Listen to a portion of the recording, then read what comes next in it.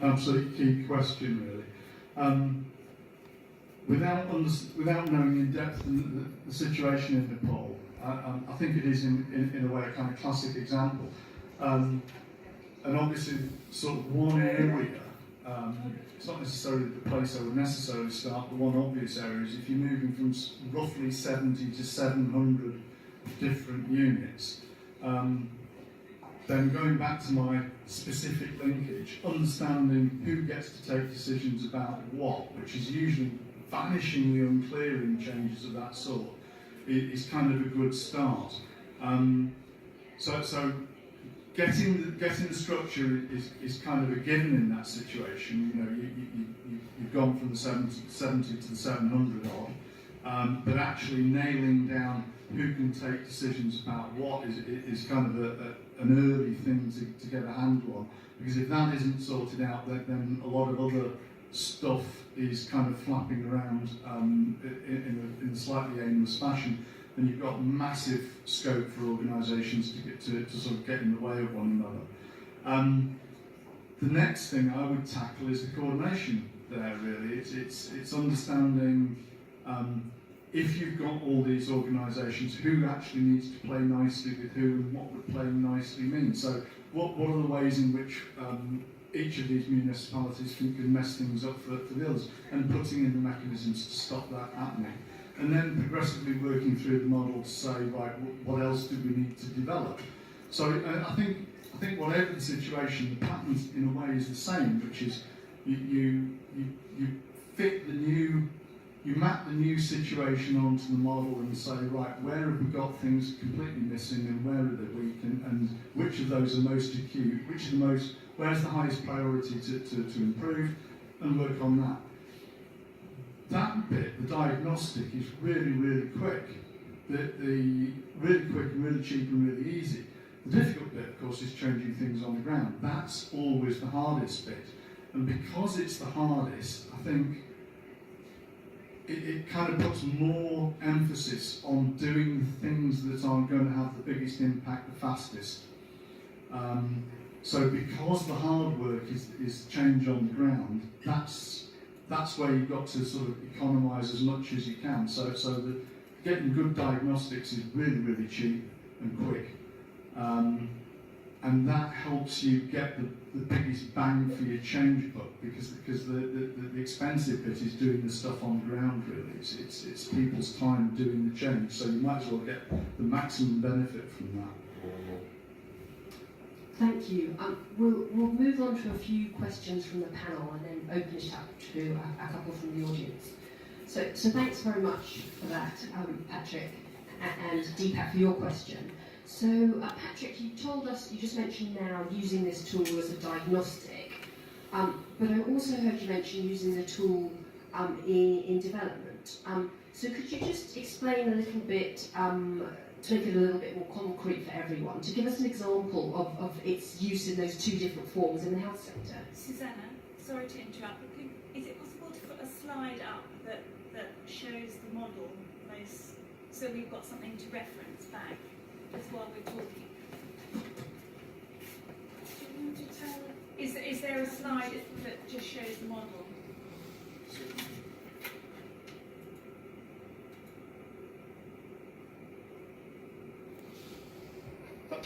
Yeah, that'll do. Yeah, okay. Just something that helps. Yeah. If I can do, I mean, it's a sort of really, really quick and simplistic story in a way, but it is from a development context. So I was doing some work out in Iraq for World Vision, and part of that was with the ministry, and part of it was with the World Vision team themselves.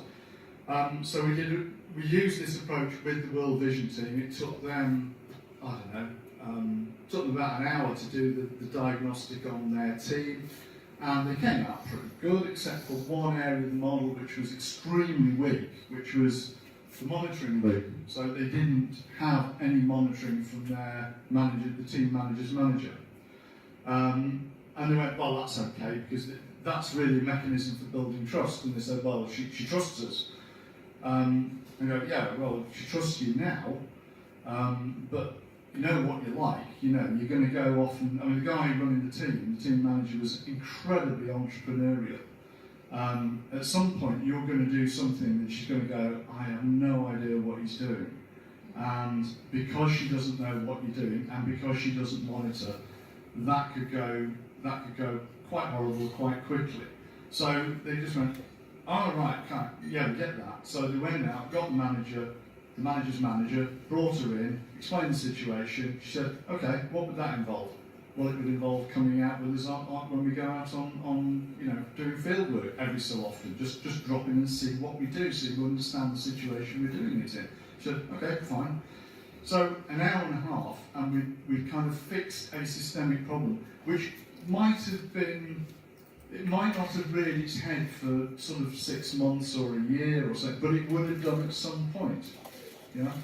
So that's, I mean, it's, in a way, it's a kind of trivial example, but it gives you some idea of how quick and easy some of this can be to fix.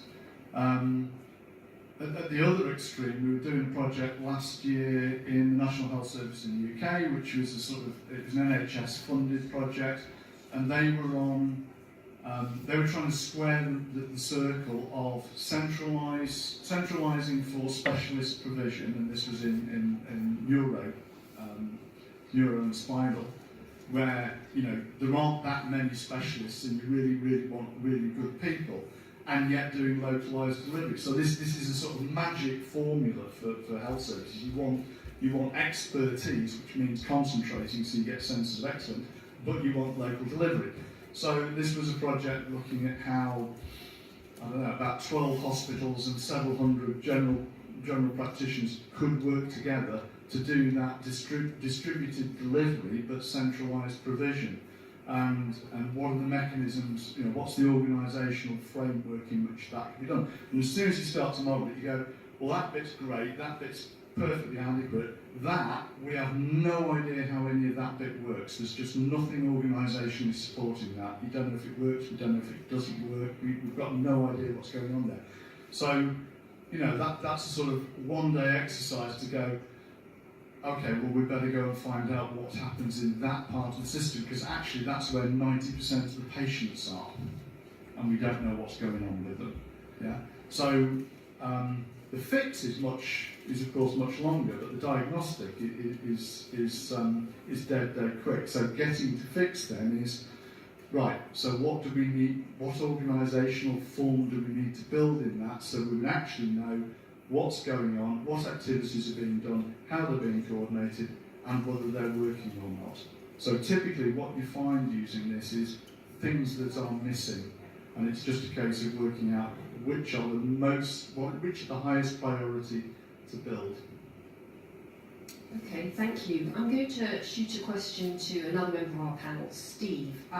So thanks. You told us, Pat, about a better diagnostic that we could use at district level.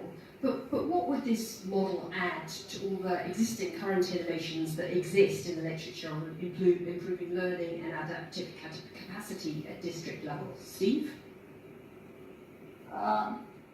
Well, as Patrick describes the use, so this can be kind of introduced initially where you're just identifying kind of specific areas that need prioritized attention.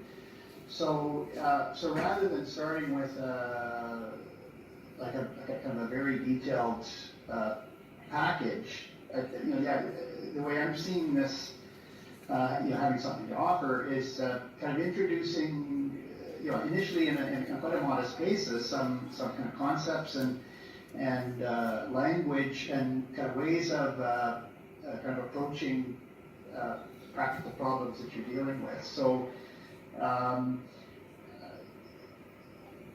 I think over time, the concepts and the constructs that the VSM includes, they can be applied to a whole range of different issues that systems deal with. So, but I think the idea that there can be some initial experiences on a modest basis, where there can be kind of quick wins, where there can be kind of applications of the approach and the model, that help people on the ground to, again, try to kind of identify something that's actually been constraining their performance and to do something about it. And then again, over time, as the tool and the concepts and the language prove their utility, then they can be applied to other problems. Thank you. A question for Eric. So this sounds really interesting to me, but I'm struggling a little bit, perhaps some others in the audience are, with the theory of it. So I'd just like to ask, do you think it's a bit too theoretical for our use of decentralized systems we work with? For Eric. So, thanks, Susanna. I think I'm unmuted.